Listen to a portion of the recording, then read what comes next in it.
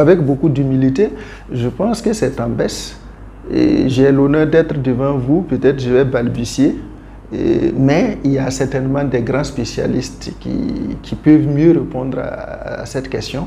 Mais comme j'ai cette opportunité, je vais balbutier. Mais on est vraiment en baisse pour plusieurs raisons. Et je vais vous dire ces quelques raisons qui, pour moi, conditionnent cette baisse. Et ensuite dire, en fait, et après.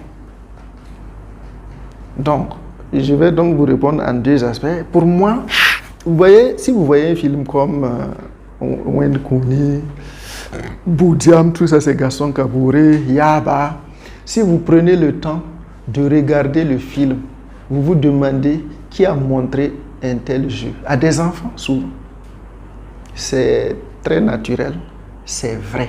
C'est pas que le jeu. Si vous regardez leurs décors et leurs accessoires, tout est intégré.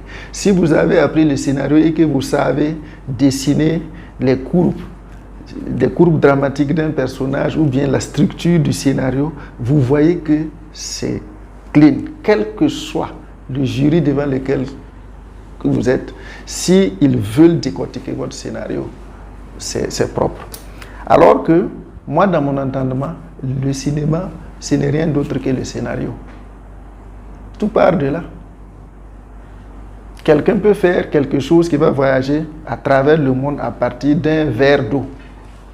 Rien que le verre d'eau, rien ne bouge. Mais c'est sa capacité à rêver.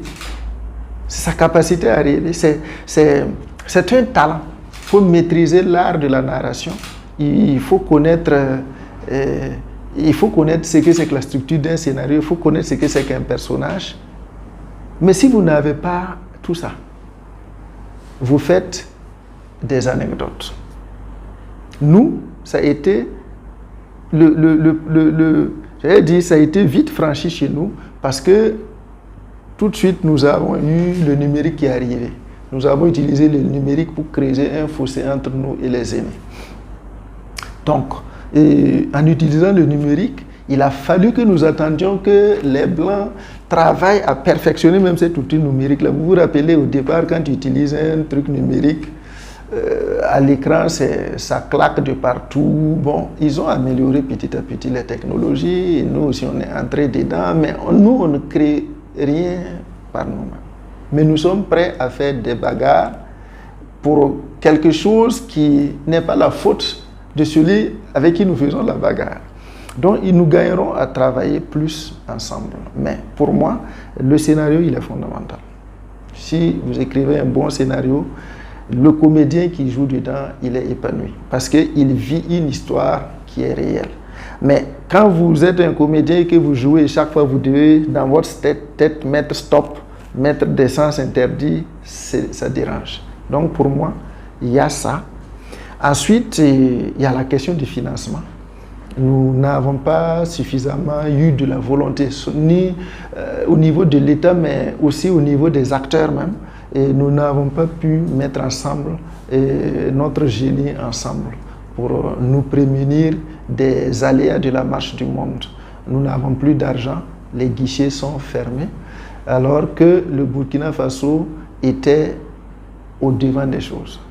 Je vous raconte un truc depuis 1970. C'est un décret 70, et qui faisait déjà qu'on avait pratiquement 15% de perception directe au guichet. Quelqu'un il fait son film, on perçoit ça pour développer le cinéma.